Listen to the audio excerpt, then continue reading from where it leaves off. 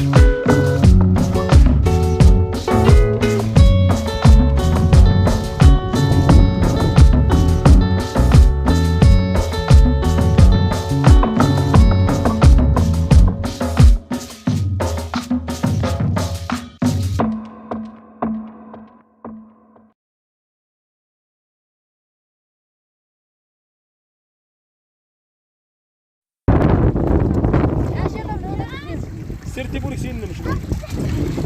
انا جيت انا خير ما ندير.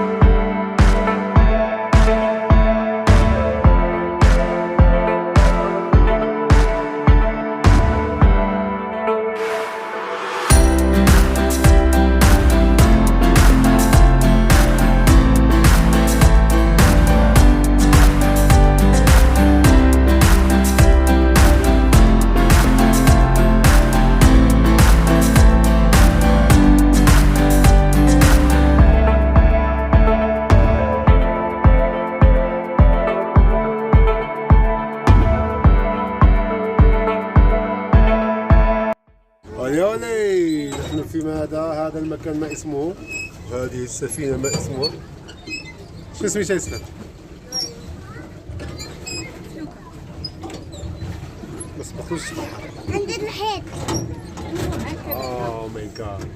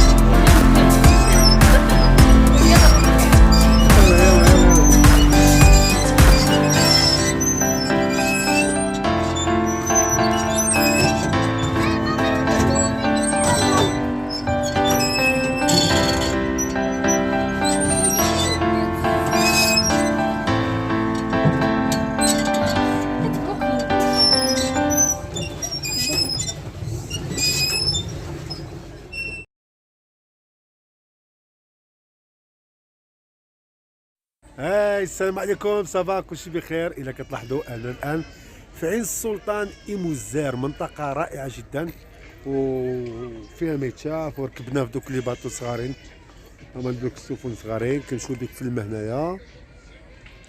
وهنا كان جليسات،